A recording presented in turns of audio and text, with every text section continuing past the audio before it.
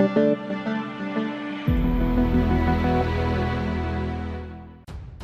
to hard reset OnePlus 10T.